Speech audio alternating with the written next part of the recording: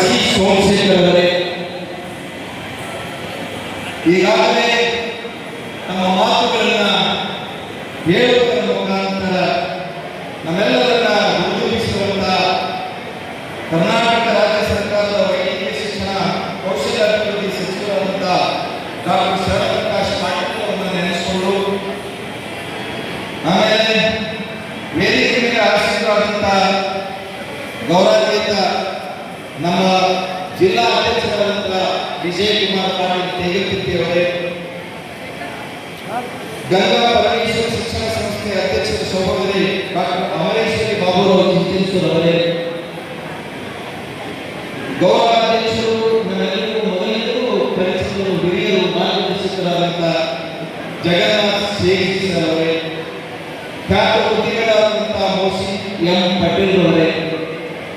ವೇದಿಕೆ ಮೇಲೆ ಆಶೀರ್ವಾದಂಥ ಎಲ್ಲ ತಾಲೂಕಿನ ನಮ್ಮೆಲ್ಲ ತಾಲೂಕಿನ ಕನ್ನಡದ ರಥವನ್ನು ಸಮರ್ಥವಾಗಿ ಎಳೆಯುತ್ತಿರುವಂತಹ ಎಲ್ಲ ಅಧ್ಯಕ್ಷ ಸಹೋದರ ಸಹೋದರಿಯರೇ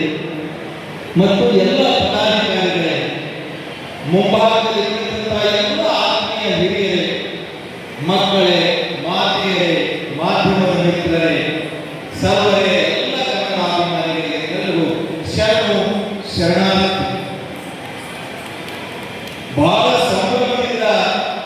ಮುರಳೀಧರವರನ್ನ ರಥದಲ್ಲಿ ಮೆರವಣಿಗೆ ಮಾಡುವುದರ ಮುಖಾಂತರ ಸಾಹಿತ್ಯ ಪರಿಷತ್ತು